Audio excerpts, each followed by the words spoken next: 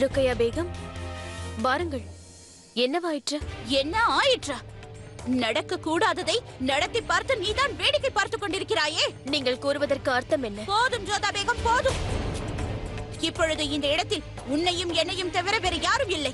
அதனால் உனது முகத்திரையை கிழித்து உண்மையான முகத்தை எனக்கு காட்டு. நீங்கள் என்ன கூற நினைக்கிறீர்கள்? சரி, உள்ளதை உள்ளபடியே உனக்கு நான் கூறிவிடுகிறேன். நீ என்ன நினைத்தாயோ அதை நடத்தி காட்டிவிட்டாய் ஜோதா. தஸ்லீமை அம்பாக பயன்படுத்தி என்னை நீ தாக்கிவிட்டாய் ஜோதா. ஜலால் எனக்கு தலா கொடுக்கும் நிலைமையை நீதான் உருவாக்கினாய். அதைத்தானே நீ எதிர்பார்த்தாய்? அனைவருக்கும் முன்பாக நல்லவள் போல் நடித்துவிட்டு புறமுதுகில் என்னை குத்துகிறாயா ஜோதா? உங்கள் கற்பனையை நிறுத்துங்கள் ருக்கையா பேகம். நான் என்ன செய்தேன்? தலாக்கை பற்றி ஆரம்பித்தது யார் என்று உங்களுக்கு தெரியும். ஆமாம், ஆதம் கான் வெறும் பொம்மை. ஆனால் அவனது நாக்கில் இருந்து புறப்பட்ட வார்த்தைகள் இங்கிருந்து தானே வந்திருக்கிறது. ஆனால் நான் ஏன் அவ்வாறு செய்ய போகின்றேன்? இவ்வாறு செய்வதால் லாபம் அடைய போவது நீ மட்டும் தானே. சற்று ஆழமாக சிந்தித்து பார். நாங்கள் இருவரும் பிரிந்து விட்டால் அதிக லாபம் அடைய போவது நீ மட்டும் தான். ஏனென்றால் ஜலால் 3 விசேஷ ராணிகள் யார் என்பதை அறிவித்து விட்டார். இதில் சலீமா பேகத்தை எடுத்துக்கொண்டால் ஜலால் அவரை மரியாதை நிமித்தமாக நிக்கா செய்து கொண்டார். கான் பாபாவின் குடும்பத்தை காப்பாற்றுவதற்காக நிக்கா செய்தார். மீதம் இருப்பது நீதான். விசேஷ ராணியாக இருந்து மகாராணி ஆவதற்காக என்னை ஒதுக்குவதற்கு முடிவு செய்து விட்டாய். என்ன ஒரு திட்டம் ஜோதா!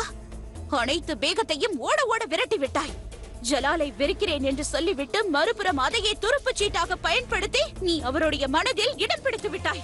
சதுரங்க ஆட்டத்தில் சூழ்ச்சி செய்வது போல் ஏமாற்றி விட்டாய். தஸ்லீமுடைய விஷயத்தை பயன்படுத்தி அதனால் எங்களுடைய மன வாழ்க்கையை நீ உடைத்து விட்டாய். இதற்கு ஒரே அர்த்தம் தான் இருக்க வேண்டும். ராஜபுத்திரர்கள் முதுகில் குத்த மாட்டார்கள் என்பது பொய்யாக இருக்க வேண்டும். இல்லை என்றால் நீ ராஜபுத்திரியாக இருக்க முடியாது. நல்லவளாக நடித்து இவ்வளவு பெரிய நாடகத்தை நடத்தி இருக்கிறாய். என்னை துரத்துவிட்டு என்னுடைய இடத்தை பிடிக்க நினைக்கிறாயா? போதும் ருக்கையா பேகம், போதும். எல்லையை மீறி பேசுகிறீர்கள். ஒருமுறை என் கன்னத்தில் அறைந்தீர்கள். அன்று நான் அமைதியாக இருந்தேன். ஏனென்றால் நான் செய்தது தவறு.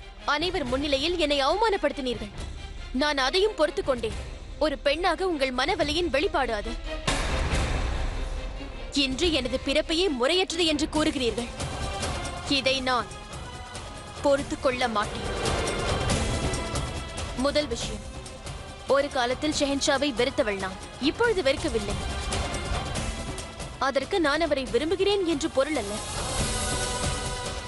இரண்டாவது விஷயம், நான் ஷெஹன்ஷாவின் முக்கியமான பேகம் ஆவதற்கு எனக்கு விருப்பமில்லை.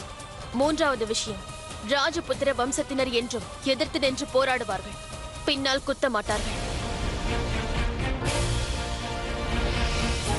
ஆதம் கான் இந்த விஷயத்தை இவ்வாறு மாற்றுவான் என்று நான் சிறிதும் யோசிக்கவில்லை. தஸ்லீம் வாழ்க்கையை காப்பாற்றுவது மட்டும்தான் என் எண்ணம். இந்த விஷயத்தை ஷெஹன்ஷாவிற்கு புரிய வைக்க தாங்களும் எனக்கு எவ்வளவோ உதவிகளை செய்தீர்கள். பிறகு ஏன் இவ்வாறு பேசுகிறீர்கள்? உங்கள் இருவர் உறவை நான் முறித்து விடுவேன் என்று எவ்வாறு நினைத்தீர்கள்? ருக்கையா, நீங்கள் எதையும் யோசிக்காமல் மனதில் பட்டதை உங்கள் இஷ்டத்திற்கு பேசிக் கொண்டிருக்கிறீர்கள். பிரச்சனை உங்கள் அதிகாரத்தை பற்றியல்ல, நீங்கள் முக்கியமான பேகமாவதை பற்றியல்ல. இப்பொழுது பிரச்சனை அந்த சிறுமியின் வாழ்க்கை பற்றி, தஸ்லீமுடைய எதிர்காலத்தை பற்றி. பிரச்சனை என்னவென்றால் தஸ்லீம் போன்ற பல சிறுமிகளின் வாழ்க்கை பற்றியது. சற்று அமைதியாக ஆலோசித்து பாருங்கள். ஒருவேளை ஆதம் கான் அந்த சிறுமியை திருமணம் செய்து கொள்வதில் வெற்றி அடைந்து விட்டால் அவளுடைய வாழ்க்கை என்ன ஆவது? அப்பொழுது நீங்கள் உங்களை மன்னிப்பீர்களா? போதும். யார் அழிந்தாலும் எனக்கு கவலை இல்லை. அது தஸ்லீமாக இருக்கட்டும், ஆதமாக இருக்கட்டும், ஏன் நீயாக கூட இருக்கட்டும். எனக்கு ஜலால் ஒருவர் மட்டும்தான் முக்கியம். விசேஷ ராணி என்ற அங்கீகாரம் முக்கியம்.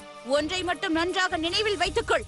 இன்று மட்டும் தர்பாரில் என்னை இழிவுபடுத்தும் நிலையை ஏற்படுத்தினால் அதற்கு முழு முதற் காரணம் நீதான். அதோடு ஜலாலும் நானும் பெரிய நேர்ந்தால் அதற்கான பாவம் உன்னை சும்மா விடாது.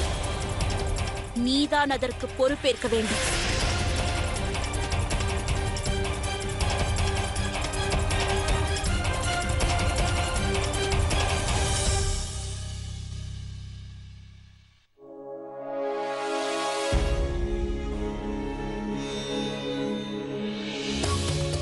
உங்களுக்கு எப்படி புரிய வைப்பது ருக்கையா பேகம்? உங்களுக்கும் ஷெஹன்ஷாவிற்கும் இடையில் இடைவெளி உருவாவதற்கு காரணம் வேறு யாருமல்ல, உங்களுடைய குறுகிய மனம்தான் ருக்கையா பேகம். காதலை விட அதிகாரத்தின் மேல் உங்களுக்குள்ள மோகம்தான். ஷெஹன்ஷா அவர்களே, அனைவரும் தர்பாருக்கு வந்து விட்டார்கள். தாங்கள் அனுமதித்தால் பணிகளை ஆரம்பிக்கலாம். இன்று தர்பாரில் ஆதம் கானின் வழக்கிற்கு தீர்ப்பு அளிக்கிறேன்.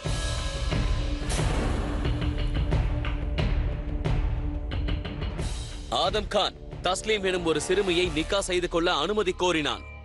இதற்கு என்னுடைய தீர்ப்பு என்னவென்றால்,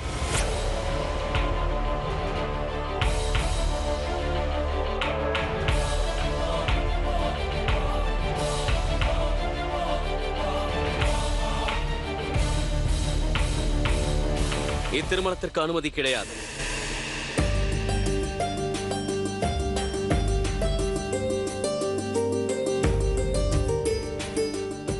இது தாங்கள் எனக்கு எதிராக இழைக்கும் அநியாயம். வாயை மூடு.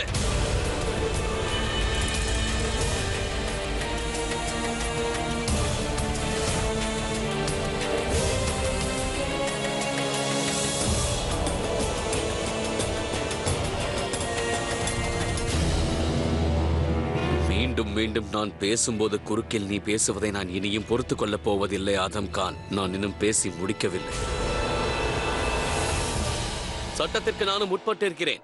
அதனால் எனது முடிவு என்னவென்றால்,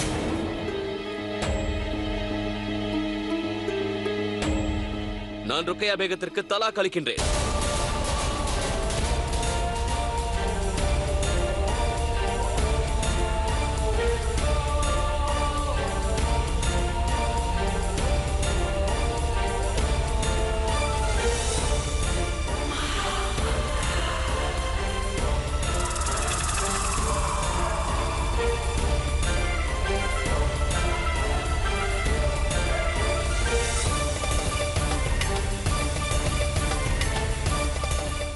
அப்போதுதான் சிறுமியை திருமணம் செய்து கொள்வது மிகப்பெரிய தவறு என்று என் நாட்டு மக்கள்களுக்கு நன்றாக புரியும். இதை இப்பொழுதே அமல்படுத்துங்கள். அனைவருக்கும் தெரியப்படுத்துங்கள்.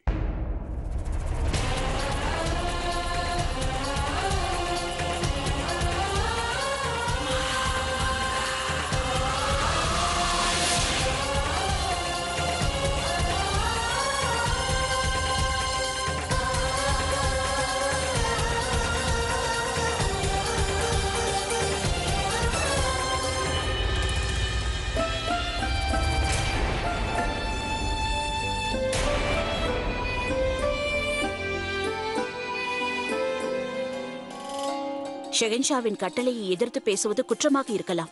ஆனால் ராஜமாதா என்ற முறையில் நான் எனது கருத்தை தெரிவிக்க விரும்புகிறேன். இவ்வாறு செய்வது அநியாயமாகும். இன்று ஒரு சட்டம் இயற்றப்படுவதால் பழைய உறவுகள் மாற வேண்டும் என்ற அவசியம் இல்லை. மகாராணியார் கூறுவது சரிதான் உசூர். புதிய சட்டத்தை அமல்படுத்தும் முறை இதுவல்ல. ஷஹன்ஷா சட்டங்களுக்கு அப்பாற்பட்டவர் என்று நான் இதற்கு முன்பே கூறியிருக்கிறேன். தங்களுக்கு எந்த கட்டுப்பாடும் அவசியமில்லை ஷஹன்ஷா. நான் இந்த விஷயத்தில் பெரியம்மாவிடம் ஆலோசனை கேட்க விரும்புகிறேன். குறுக்கிடுவதற்கு மன்னியுங்கள் ஷெஹன்ஷா. நான் இந்த விஷயத்தில் அட்கா அவர்கள் கூறுவதை ஏற்கிறேன். ஆதகம் கான் ஏதோ கூறுகிறார் என்று உங்களின் வாழ்க்கையை தராசில் வைக்க வேண்டிய அவசியம் எதுவும் இல்லை. புதிய சட்டத்தை நான் வரவேற்கிறேன். இன்று முதல் நம் நாட்டில் சிறுமிகளுக்கு திருமணம் நடக்காது. ஆனால் இந்த சட்டத்தால் கடந்த காலத்தை நம்மால் மாற்ற முடியாதல்லவா? நீங்கள் உங்களுடைய நிக்காவை எதற்காக முறிக்க நினைக்கிறீர்கள்? நான் தனிப்பட்ட முறையில் ஆலோசிக்கவில்லை பெரியம்மா. அக்கா அவர்களே, முகலாய ராஜ்யம் எதுவரையில் பரவி இருக்கிறது?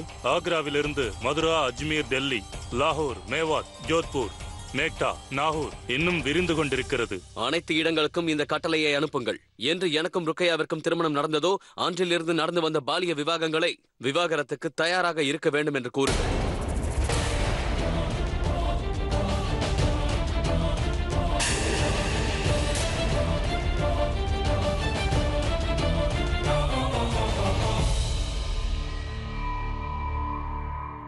எனக்கும் ருக்கையா பேகத்திற்கும் தலாக் நடந்த பிறகு அனைவரும் தங்களது மனைவிக்கு தலாக் கொடுக்க வேண்டும். இது என்னுடைய கட்டளை. இதை உடனடியாக நிறைவேற்றுங்கள்.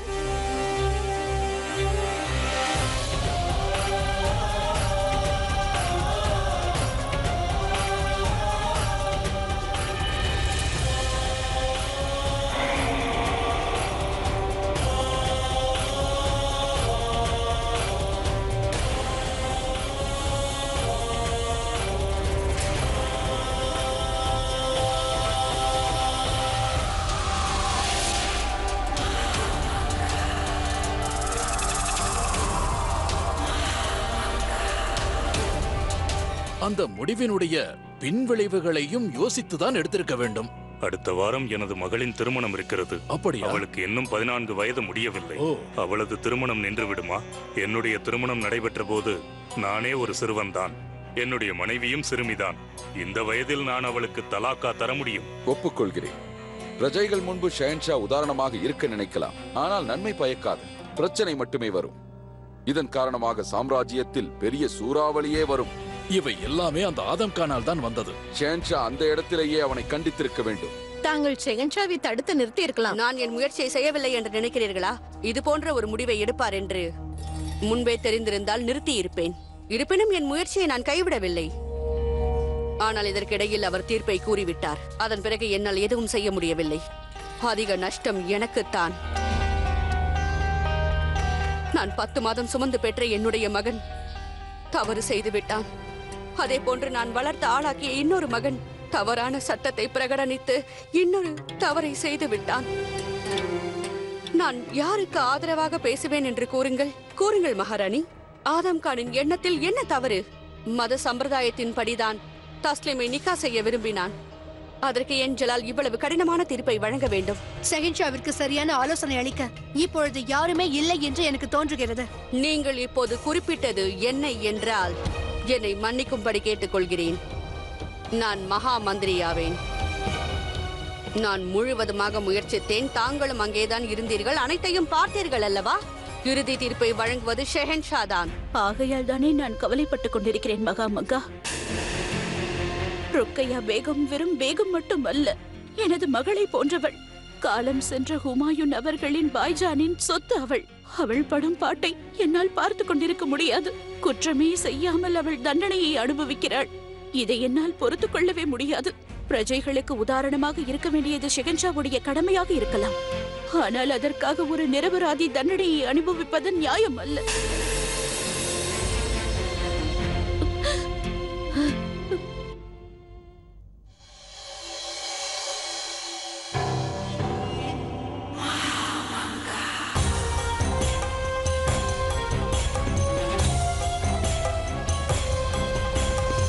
ஷெஹன்ஷாவிற்கு என்னவாயிற்று? எதற்காக இது போன்ற கட்டளையை இட்டார்? இதில் முற்போக்கு எண்ணமோ சாதுரியமோ இல்லை. சாம்ராஜ்யத்தில் பிரச்சனைகள் கிளம்பிவிடும். நாடே தீப்பற்றி எரியும். ஏன், இதனால் புரட்சி கூட வெடிக்கலாம். மதிப்பிற்குரிய ஷம்சுதீன் அவர்களே, ஷெஹன்ஷா அவர்களுக்கு தாங்கள் தான் எடுத்துரைக்க வேண்டும். வாய்ப்பு கிடைக்கும் பொழுது நான் அவருக்கு எடுத்துரைக்கிறேன். ஷெஹன்ஷாவை அவரை தவிர யாராலும் புரிந்து கொள்ள முடியாது. அதுவும் உண்மைதான். ஒரு சமயத்தில் சக்தி படைத்தவளாக இருந்தாள். என்ன கூறினீர்கள்? பாருங்கள், அவர் விசேஷ ராணியாக இருந்தால் இருப்பார். புரிந்து கொள்ளுங்கள். அவர்களை எதற்காக கோபித்துக் கொள்கிறாய் ஹோஷியார்? இருந்தார், இருக்கிறார். இதற்கிடையே ஒரு இரவு தானே இருக்கிறது. இன்று அவர் ருக்கையா பேகம், நாளை ஜலால் அவர்கள் ருக்கையா பேகத்தை அனைவர் முன்னிலையிலும் தலாக் செய்ய வேண்டும்.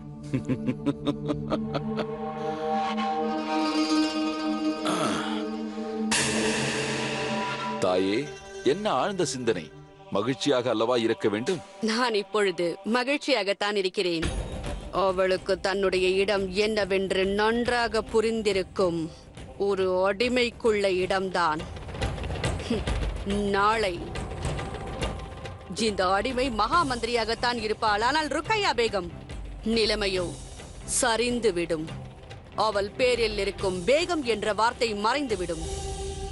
உங்களது மகிழ்ச்சி இரட்டிப்பாக வேண்டும். ருக்கையா பேகத்திற்கு தீர்ப்பு வழங்கிவிட்டால் அந்த பழி ஜோதா பேகம் மேல் விழுந்துவிடும். அந்த ராஜபுத்திர வம்சத்தை சேர்ந்தவள் எனது நிக்காகை தடுக்க நினைத்தாள். இப்போது ருக்கையாவின் அழிவிற்கு அவளே காரணமாக நிற்கிறாள். இனி அவள் வாழ்க்கை முழுவதும் இந்த கரும்புள்ளியை சுமந்தவாறே காலம் கழிக்க வேண்டும். ஜோதா பேகத்தை குறைவாக எடை போடுவது மிகவும் தவறான விஷயமாகும் ஆதகம். அப்படியானால் ஜோதா பேகம் அடுத்து என்ன செய்வார் என்றா யோசிக்கிறீர்கள்? இல்லை ஆதகம், நான் யோசிப்பது ஜலாலை பற்றி. எனக்கு ஒன்று மட்டும் விளங்கவே இல்லை. உன்னுடைய நிக்காவை நிறுத்துவதற்காக ஜலால் ஏன் இவ்வாறெல்லாம் செய்ய வேண்டும்? சட்டத்தை உருவாக்கி இருக்கிறார், ருக்கையாவை தலாக் செய்ய முடிவும் எடுத்து விட்டார், பிரஜைகளுக்கு கட்டளையும் இட்டு விட்டார். இல்லை ஆதகம், இதில் ஏதோ சூழ்ச்சி இருப்பது போல் தெரிகிறது. அன்பு தாயே, இவ்வளவு நாட்கள் நீங்கள் என்னை திட்டுவீர்கள் அல்லவா? அதே போன்றுதான் இப்போது ஜலாலும் புத்தி இல்லாதவன், முட்டாள். இல்லை ஆதஹாம், ஜலால் முட்டாள் கிடையாது.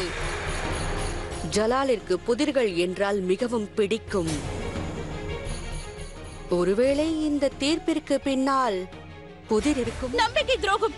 என் கால் தூசுக்கு பெறாதவன் என்னை பார்த்து கேள்வி கேட்பானா? என்னை அவமானப்படுத்தியது மட்டுமல்லாமல் அவன் இந்த முகலாய சாம்ராஜ்யத்தை அசிங்கப்படுத்தி விட்டான். அத்தை அவர்களே, எங்களுடைய நிக்கா இறைவனடி சேர்ந்த ஹுமாயூன் அவர்கள் நடத்தி வைத்தது. அதை செல்லாது என்று கூறி ஆதம் கான் ஷெஹன்ஷாவையும் ஹுமாயூன் அவர்களையும் அவமானப்படுத்தி விட்டார். ஆனால் ஷெஹன்ஷா அவனை ஒரு வார்த்தை கூட கூறவில்லை. அவனுக்கு தண்டனை வழங்காமல் விட்டுவிட்டு ஷெஹன்ஷா அவர்கள் எனக்கு தலாக் கொடுக்க முடிவு செய்து விட்டார். ஜிஜி அங்க அவர்களே, உங்களுடைய கணவர் ஜலாலுக்கு நெருங்கியவர் அல்லவா? அவர் இதை ஜலாலிடம் கூறி எதற்காக தடுக்கவில்லை? ருக்கையா, ஜலால் தலாக் கொடுப்பதாகத்தானே கூறினான். அவன் ஒன்றும் தலாக் கொடுக்கவில்லையே. இல்லை அத்தைவர்களே, ஜலால் ஒரு முடிவு எடுத்து விட்டால் அதை யாராலும் தடுக்க முடியாது. அதை தாங்களே நன்கு அறிவீர்கள் அல்லவா? அதோடு சில விஷயங்கள் அந்தரங்கமாக இருக்க வேண்டும். அது வெளியில் வந்துவிட்டால் அனைவரும் ஏளனமாக பேசுவார்கள். ஜலால் அனைவரும் முன்பாக தலாக் கொடுப்பதாக கூறிவிட்டார். அத்தையவர்களே, நாளை அவர் எனக்கு தலாக் கொடுத்து விடுவாரா? அனைத்தும் நாசமாகிவிடும். எனது நிலைமை மட்டுமல்ல, எங்களுடைய உறவும் தான். சலிமா பேகம், நீங்கள் மிகவும் அறிவாளி அல்லவா? ஷெஹன்ஷாவே தங்களிடம் தானே ஆலோசனை பெறுவார். நீங்களே கூறுங்கள், இன்று ஒரு சட்டத்தை இயற்றுவதால் பல வருடங்களாக இருந்த உறவை வேண்டாம் என்று உதறி தள்ளிவிட முடியுமா? நீ பயப்படாதே ருக்கையா பேகம், அவ்வாறெல்லாம் நடக்காது. ஜலால் ஒரு பாட்ஷா என்றால் நானும் ஒரு ராஜமாதா ஆவேன். ஜலால் உனக்கு தலாக் கொடுக்க நான் அனுமதிக்க மாட்டேன். தேவைப்பட்டால் அதற்காக அவனை எதிர்க்கவும் நான் யோசிக்க மாட்டேன். மகாராணி அவர்கள் சரியாக சொல்கின்றார் ருக்கையா பேகம். நிச்சயமாக ஷெஹன்ஷாவை ஆதம் கான் தூண்டிவிட்டிருக்கிறார். நாம் தான் இதை ஷெஹன்ஷாவுக்கு புரிய வைக்க வேண்டும். நிச்சயமாக ஷெஹன்ஷா தன் முடிவை மாற்றிக்கொள்ளாவிட்டால் நாம் அனைவரும் இந்த ஆக்ராவை விட்டு சென்று விடுவோம் என்று கூறலாம்.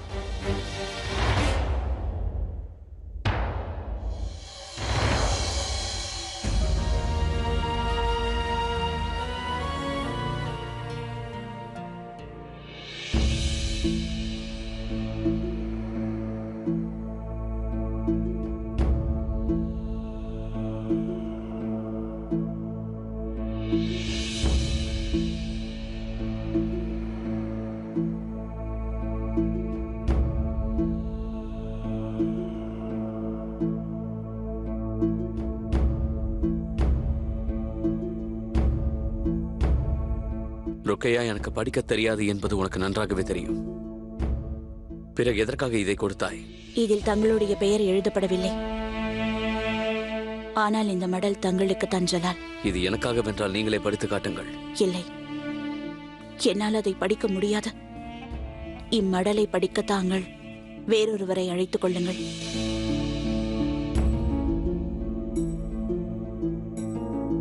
ஆதாப் ஷெஹன்ஷா. ஆதாப் ருக்கையா பேகம். என்னை அழைத்தீர்களாமே? ஆம் சலிமா பேகம். ருக்கையா எனக்காக ஒரு மடலை எழுதியிருக்கிறாள். ஆனால் அதை படித்து காட்ட மறுக்கிறாள். ஒரு கணவனுக்கும் மனைவிக்கும் இடையில் இருக்கும் விஷயம் என்பதால் வேறொருவரை அழைப்பதற்கு பதிலாக நான் உங்களை அழைத்தேன் சலிமா பேகம். நீங்கள் இதை படித்து காட்டுங்கள். நிச்சயமாக.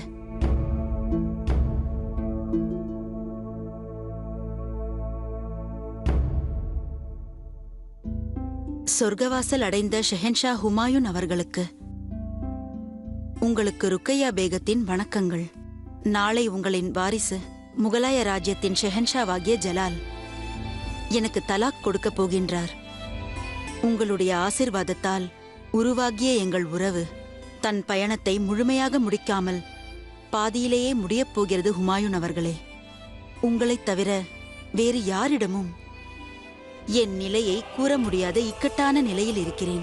ஆகையால் தான் நான் தங்களை தொந்தரவு செய்ய நேர்ந்தது. என்னுடைய கணவர் ஜலால் எனது பால்ய நண்பர், என்னுடைய நீண்ட நாள் துணைவர், பிரியமான ஷெஹன்ஷா நாளை என்னை விட்டு பிரிய இருக்கின்றார். நான் விவாகரத்தை பற்றி கவலைப்படவில்லை. என்னுடைய கவலை என்னவென்றால், நீங்கள் எவ்வளவு ஆசையாக இந்த பந்தத்தை உருவாக்கினீர்கள். அந்த ஆசை நிராசையாக போகிறது. ஒருவேளை இந்த உறவு முறிந்துவிட்டால் நீங்கள் தான் குற்றவாளி ஆவீர்கள். ஏனென்றால் இது உங்கள் அனைவருடைய கனவின் எதிரொலிதான். அதற்காகத்தான் தாங்கள் இந்த நிக்காவை செய்து வைத்தீர்கள். ஆகையால் தாங்களே இதற்கு பொறுப்பு. எனக்கு கவலை தரும் விஷயம் என்னவென்றால், நான் தனிமையில் எனது வாழ்க்கையை கடக்கப் போகிறேன். ஏனென்றால் ஜலாலை தவிர வேறு யாரையும் என்னால் எண்ணி பார்க்க முடியாது. நிச்சயமாக முடியாது. இப்பொழுது மட்டும் நீங்கள் இங்கிருந்திருந்தால் எனது பிரச்சனையை தீர்த்து வைத்திருப்பீர்கள். ஜலாலை தாங்கள் திட்டி கண்டித்திருப்பீர்கள்.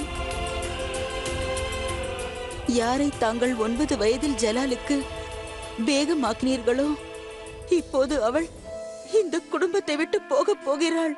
ஒருவேளை தவறு எனதாகவும் இருக்கலாம். தாங்கள் என்னை மன்னிப்பீர்கள் என்று நம்புகிறேன். உங்கள் பிரியமான